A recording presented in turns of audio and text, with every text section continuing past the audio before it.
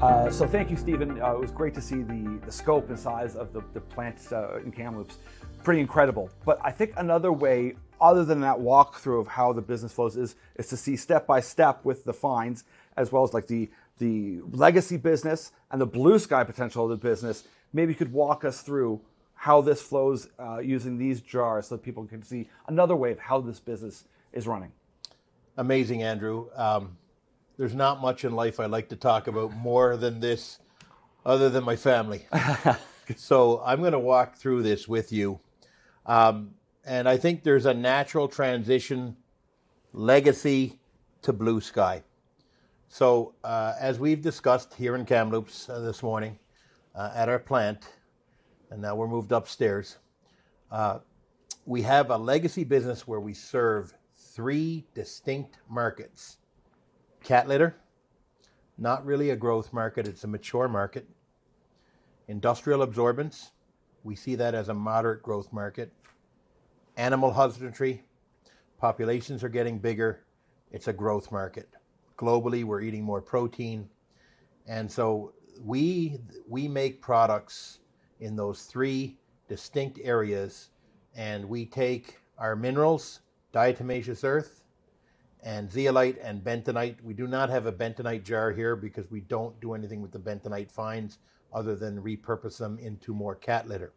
But with the diatomaceous earth fines, we've discovered that these fines, when we grind them further, that it makes a ridiculously strong cement powder that can be blended 20, 30, 40, 50% with Portland, depending on the application, and make stronger cement with a much lower carbon footprint.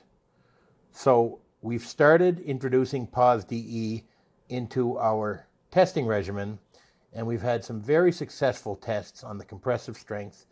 And now, just this week, we've commissioned our ball mill to make fine powders. So we are now able to make commercial amounts of POS-DE in Kamloops effective immediately. It's a big deal. Now, we're not quite finished all of the product development on it, and we're going to be looking for homes. And there are a variety of POS-DE products, and we will talk to the marketplace about those in due course. But we now have the physical ability to start making commercial amounts of cement powders, pozzolans, in our facility at 734 Sarcee Street East in Kamloops, in that separate segregated building where we can make powders. What's so exciting about that is that it's in action, that circular economy. Nothing's going to waste. Nothing's going to waste. In fact, the waste becomes its own product. So I'd like to talk about the next cement powder, POS-ZEO. We announced this 2 weeks ago in a news release. Now, with the zeolite, we have 2 different products that are both OMRI listed, certified organic agricultural products, where we use the zeolite chips. And now we just introduced POS-ZEO, and the president of Progressive Planet Products, Steve Gurney, and myself, we drove a half a ton of cement powder samples to Calgary to 3 cement companies 2 weeks ago, and one of them was this POS-ZEO. And I'm very excited to say that one of the 3 cement companies, where we only dropped off 1 5-gallon bucket, has just requested a 1-ton sample. Their testing has gone very well, and they've now requested a much bigger sample. And if that testing goes well, they will become a commercial consumer of POS-ZEO. And that would be the first time that we have delivered it. Now, it has not happened yet, but I am excited as this story progresses. We ordered a batch ball mill that would enable us to make large samples. We ordered it last January. We got it less than a month ago, and 2 weeks after we got it, we were able to deliver half a ton of samples to 3 cement companies. I want to send a sample of POS-DE, POS-ZEO, and POS-Glass to every ready-mix operator in BC, Alberta, and Washington State. And now we have the capability to generate those samples. I want to be so busy. I want our products proliferating industry, and I want people to start to know who we are. It's time to tell our story. We've done all of the hard work over the last 3 years, and now it's time to start to show the market what we have. So with Paz-Zeo, we also delivered that to a second company, the company ZS2, where we have a small equity interest, and we have a supply agreement. And ZS2 got some superb results putting Paz-Zeo and Paz Glass into their panels. And you've been and seen this facility. Yes. We shot video there. And I'm very excited to say that they've also emailed me and requested additional larger volumes of material. And I'm excited to relay this information to the marketplace. Okay. What's exciting about this is not only is it a recession-proof business, you've got a stable revenue-generating business that's increasing each year. And some people might think, wait, I'm not really into fertilizer and cat litter. No, hold on. Those are stable businesses. There's revenue growing. It's all of this blue sky and what's leading up. And the past two news releases, that is what we like to say, the asymmetric gains. Like this is where the real blue sky hits and where the technology and everything comes into one. And I think this is where people get very excited with the opportunity here. So, Andrew, I'm glad that you talked about asymmetric growth. My job as the CEO is to make our legacy operations as lean and profitable as possible so that we don't have to constantly go to the market looking for funds, diluting our shareholders while we develop the blue sky. Yes. So, Paz Glass. This, in my opinion, is one of the biggest things that our company is doing. We're doing some very interesting things in ag tech as well. And I think that's a discussion for another day. Yeah. But I really want to talk about Paz Glass. It's quite simple, yet it's just remarkable. We take water and we take post-consumer glass. Now, this water is the most used building material in the world. Next to that is ready-mix concrete. But one of the most produced commodities in the world is glass. Now, if you open this and look at the colors of this, you can see your Heineken beer bottle. You can see your brown beer bottle. You can see your pickle jar glass. Yeah. You can see it all in here, the spectrum of colors. This came from blue bins or came from transfer stations where people source, separate their glass. This is 100% BC glass in this jar. This was made for us as a product called Canned Blast. So the one company that collects most of the glass in BC under the approval of Encore Pacific and Recycle BC, two stewardship bodies that approve where the glass goes. It basically goes all to one operator, United Concrete and EnviroGrid Abrasives. They make sandblasting media. There is nowhere near enough demand for sandblasting media to consume all of the glass. So this glass is being stockpiled. Yeah. I want to talk about sandblasting media. Okay? It's a good idea. But is it the best use for glass? So let's talk about a glass. You get a pickle jar. You eat the pickles. You dispose of the glass jar. Now, 20 years ago, that went direct to landfill. This glass was heated to 1740 degrees to melt the silica sand to make this glass. And this is the glass that makes really good cement powder when you grind it small enough.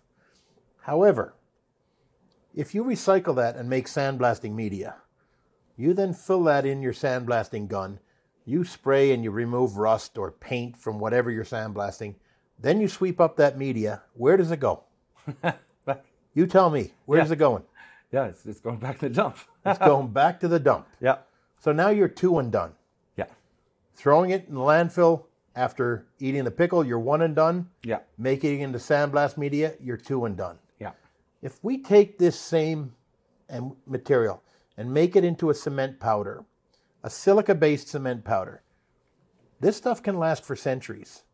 The Pantheon's over 950 years old. When you add silica to Portland cement, it lasts way longer, it's stronger, it's got better chemical resistance, and we know that there's all sorts of structures in ancient Rome that are made from Roman concrete, where they use the volcanic ash, which is silica-based, in conjunction with lime, where they heat up limestone and make lime, which is very similar to Portland cement. These structures have stood for centuries. So we're very excited to simply take our glass, grind it extremely small in water. And during that process, there's a very common chemical in this glass, it's 13% of it, called sodium hydroxide. When we release the sodium hydroxide into the water and we bubble CO2 into it, it forms a mineral called sodium carbonate, also known as soda ash, one of the most consumed materials in the world. Now, ironically, Progressive Planet Product purchases 140 tons of soda ash a year just to make clumping cat litter. But when you take the sodium hydroxide and then make it into this mineral, soda ash, this is a permanent carbon sequester. Unless you heat that back up to 550 degrees Celsius, it remains a solid. Okay? It will dissolve in water, but it still remains a carbonate. It does not off-gas the CO2. So this can sit in the ocean for 100,000 years in solution, and it's a stable product. What do we get? This is a byproduct.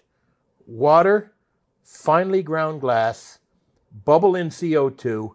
We get this byproduct of a chemical that comes out of the glass.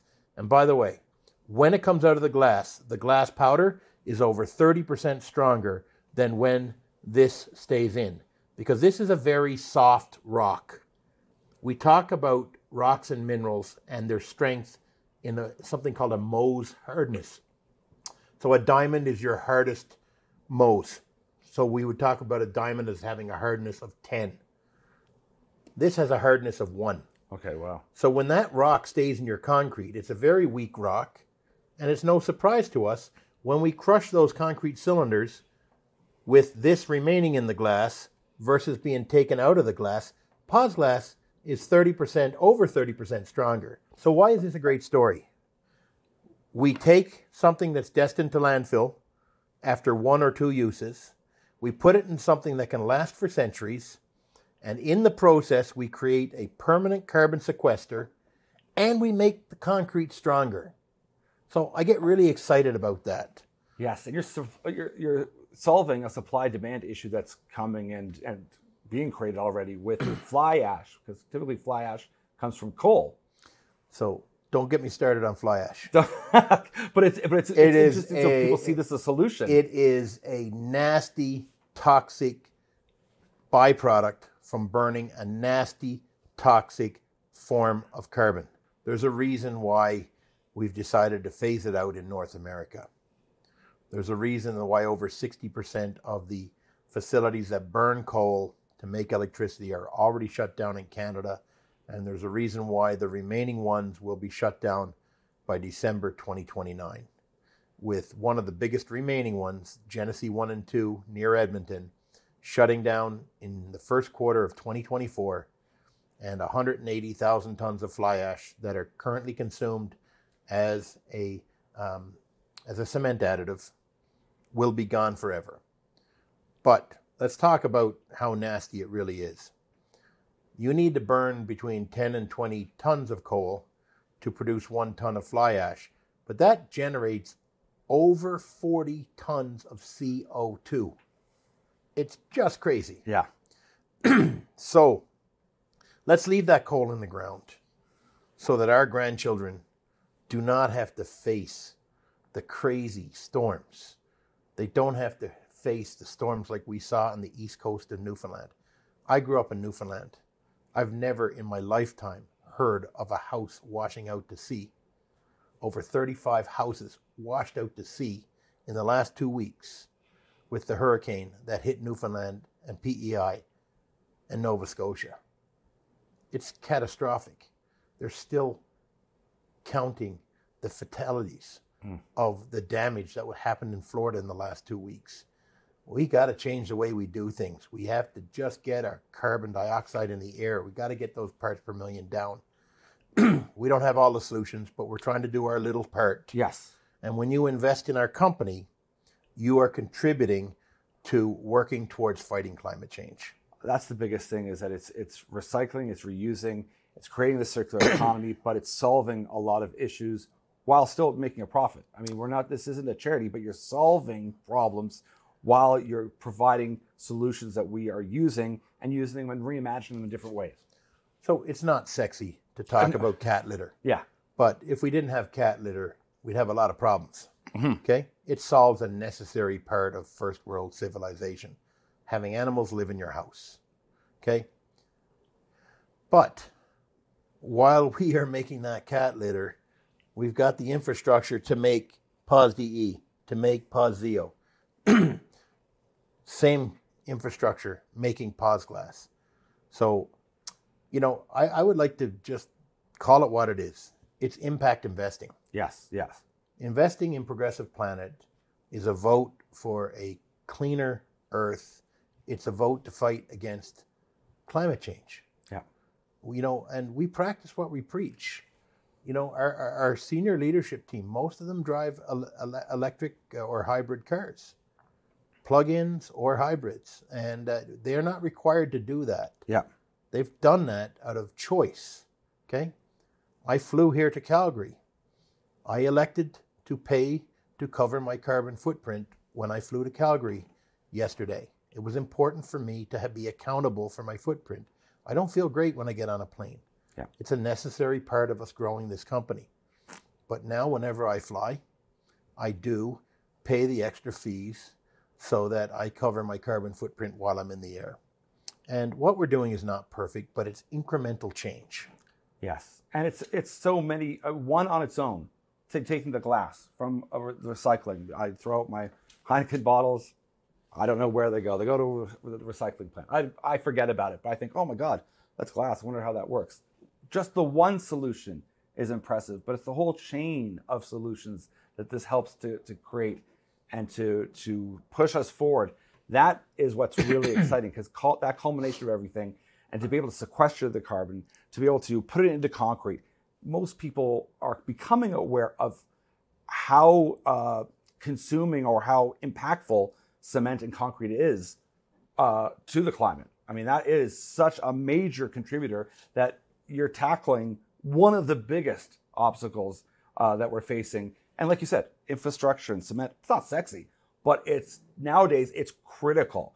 And I think people, when they see this technology being applied and reimagining of, can we do this and we're not wasting anything, that's going to really turn people onto not only a growth story, but a values-based. This is values-based. It's really putting your effort, your time, and your money into something you believe in and making a positive change. So, Andrew, 5 years ago, actually about 6 years ago, I was a fortunate individual to sell a property I'd bought in Vancouver when we had the huge run in prices. And I was winding up a particular career, and I had to make a choice. What can I do, or what do I want to do? And I thought long and hard, and I had some deep conversations with my partner, David Richardson, who has been instrumental in the building of Progressive Planet. He was there from day one supporting us. He's never sold a share. He's purchased approximately 30 million shares. He's bought every one of them, and he's been an amazing partner. But we had a lot of conversations, and I was involved in other projects that fight climate change, but they were small. And so I read a stat that the most consumed building material in the world is fresh water. Okay? But typically it gets recycled, it evaporates out, etc. The second most consumed building material in the world is ready-mix concrete. And what is 10 to 15% of the component of ready-mix? Portland cement. And what is the carbon footprint of Portland cement? 1 ton of CO2 to make 1 ton of Portland cement. So anything we can do to do a direct switch out from Portland for POS glass, for POS-ZEO, for POS-DE is something that I could look at my kids and I can go to sleep at night and feel good. This is why I call Progressive Planet an impact investing play. And we're trying to do our small part to fight climate change. It's really that simple. Yes. And I always liken people to think of when they're picking an investment is to imagine in 5 years, if you're part of a story, you're part of something where you think, holy smokes, we've actually impacted change. We've done something here rather than I've made X% return. I mean, you can make money on all sorts of things.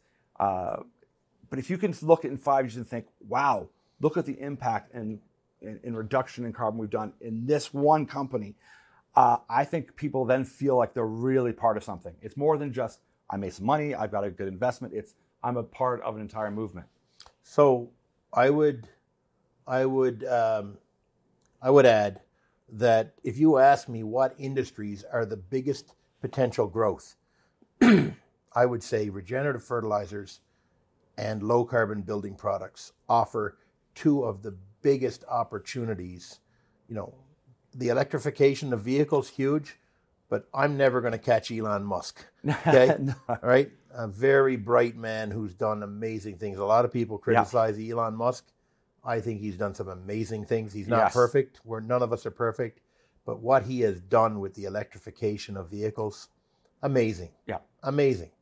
And so you know, I'm repeating myself now, but I see these as growth markets where there is an opportunity to generate a return for investors.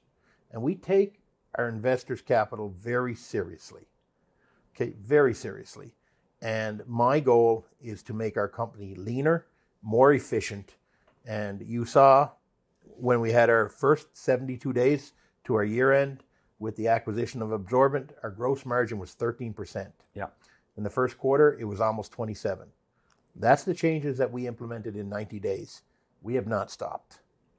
We're looking to eliminate low margin, no margin business to enable us to use our industrial mineral operations to create cash flow and to use that same infrastructure to make these blue sky products.